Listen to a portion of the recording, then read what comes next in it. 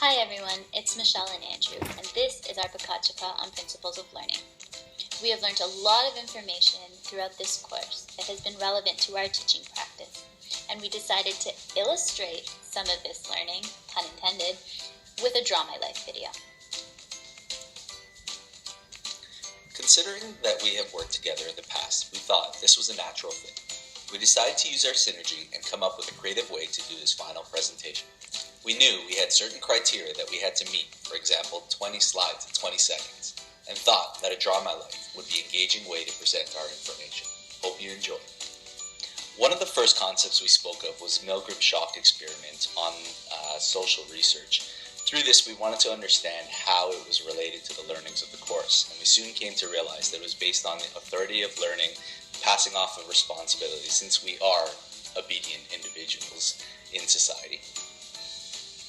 We also learned about Freud's psychology on psychosexual development in children, which are oral, anal, phallic, latency, and genital. This was important to our study because it allowed us to learn more about and appreciate the cognitive, emotional, physical, social, and educational growth that children go through from birth into adulthood. In my analysis and synthesis paper, I decided to speak of one of Erikson's stages of psychosocial development, where the struggle is between industry versus inferiority. The stage of development is described as a time when children are often frustrated by criticism and disencouragement and gain approval by learning intellectual skills such as reading, writing, and math. When we began behaviorism, Dr. Bill Hunter explained that classical conditioning is a form of learning that occurs through association in time of a neutral stimulus and a stimulus that incites a response. Behaviorist Ivan Pavlov proved that the response of salivation showed that dogs have learned that ringing a bell means they will be fed. B.F. Skinner developed a concept of operant conditioning that was based on a system of rewards, punishments, and reinforcements. One of the main strengths of the behaviorist approach is that it focuses on behavior that can be observed and manipulated. Teachers can use this to achieve very specific behavior outcomes based on his or her implementation of reinforcements and punishments. Positive reinforcement involves the addition of a reinforcing stimulus following a behavior that makes it more likely for that behavior to occur again in the future. One of the easiest ways to remember positive reinforcement is to think of something being added. Teachers often use positive reinforcement such as stickers and tokens to elicit desired behavior from students. As Dr. Bill Hunter addressed, negative reinforcement is a procedure where an aversive stimulus is removed from a subject contingent upon the subject emitting a desired behavior. One of the best ways to remember negative reinforcement is to think of it as something being subtracted from the situation. For example, by taking a sinus medication, a person gets rid of a bad headache they had. The law of effect basically states that responses that produce a satisfying effect in a particular situation become more likely to occur again in that situation, and responses that produce a discomforting effect become less likely to occur again in that situation. Touching a hot pot on the stove and burning your hand would teach you to be more careful in the future. Ceci n'est pas une pipe. This image displays René Magritte's attempt to have the viewer question their reality. The painting, when translated, states, "This is not a pipe." Magritte's point is simple. The painting is not a pipe. It is an image of a pipe. The representation causes the viewer to be aware of the limitations we have when only looking at the surface value. For our vision paper, Andrew and I decided to work together, and we began by reflecting on our experiences as students. We realized that learning often was teacher-centered and focused on behavior. Today, as teachers, we feel that learning should be student-centered, and our role is to facilitate students to interact and construct information in a way that is meaningful to them by collaborating, questioning, and exploring. But are grades able to measure this type of learning? In our vision paper, we discussed our vision for a future without grades. Alfie Kohn claims grades are not an effective means to motivate students to do well. They also fail to accurately indicate student achievement, as well as they are seen as a means to an end rather than a benchmark for next steps. Through an exploration of course readings, we learned that an expert is someone who's able to see patterns and chunk information, and a novice instead attempts to memorize. This is relevant to us as teachers as we attempt to develop learners who will become experts one day.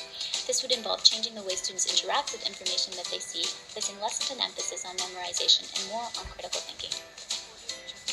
Gardner's multiple intelligences reminds us that each and every one of us learns differently. While working with others, we need to remind people that we all have our strengths and weaknesses, and that we need to focus on what a learner can do versus what they cannot. Multiple intelligences gives each person the opportunity to demonstrate their learning in a meaningful manner. For my wiki contributions, I expanded on Gardner's multiple intelligence theory and created a page on the BART questionnaire. This questionnaire was created in 1987 to help users identify if they are a visual, auditory, read-write, or kinesthetic learner. It is a great tool in the classroom for students and teachers to identify their preference of learning and providing information.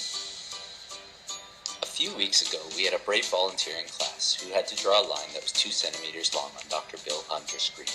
As we came to find out, this task was a lot harder than it looked without any constructive feedback. We realized that a teacher's involvement in providing constructive feedback is very important to the students' progress of learning when they are struggling. Relating to this, I also created a wiki page on the Get It app. It's a great app for teachers to determine how students are doing at any given point in the lesson. This app allows students to provide teachers feedback regarding their learning, and it is organized so that the teacher can narrow down and determine which students are in need of assistance and which students are understanding the concepts. This theory helps us realize that we are all connected to our learning. Learning and knowledge rest in the diversity of opinions. Since learning is a process, we need to explore our critical thinking skills and connect information to what we deem relevant and important. Often we do this through the use of computer technology, as it is an effective means that helps us make our connections. The introduction of the internet has changed the way people think and learn. The original, Web 1.0, was a group of static websites of information. It has since transformed into the Web 2.0, where we have come to understand that it is a medium where we can connect our knowledge and experiences to one another. It is the common theme between research, technology, and brain science. In our last class, we discussed guerrilla connectivism, which emphasized the importance of building a learning community through the use of social media such as Twitter, blogs, and Google Community. Social media allows us to bring the community closer together and provides us with the opportunity to interact and engage with one another easily and effectively. We experienced this in our course with the wiki spaces. This Pecha was a great way for us to look back and reflect on some of our learning during the course.